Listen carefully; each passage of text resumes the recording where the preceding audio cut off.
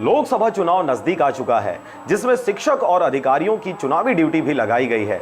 लेकिन चुनावी ड्यूटी में लगाए गए एक दृष्टिबाधित दिव्यांग शिक्षक की बात सामने आते ही चुनावी खेमे में हड़कंप मच गया। देखिए क्या है पूरा मामला।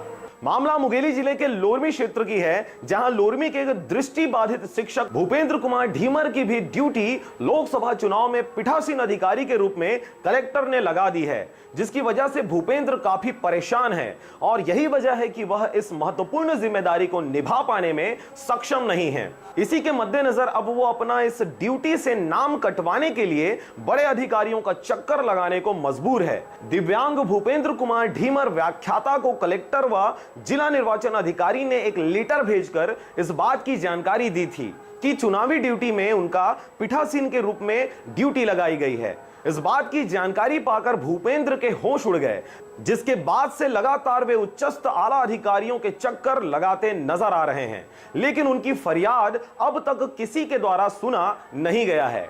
विनय राज बांधड़े के साथ ब्यूरो रिपोर्ट, आरजे रमझाझर। प्रभु ने मुझे प्राकृतिक रूप से दृष्टिबाधित बना दिया है, लेकिन जो ये वास्तव में हकीकत देखा जाए तो ड्यूटी लगाने वाले शासन प्रशासन के लोग मुझसे भी कहीं ज़्यादा ये दृष्टिबाधित से भी गए गुजरे।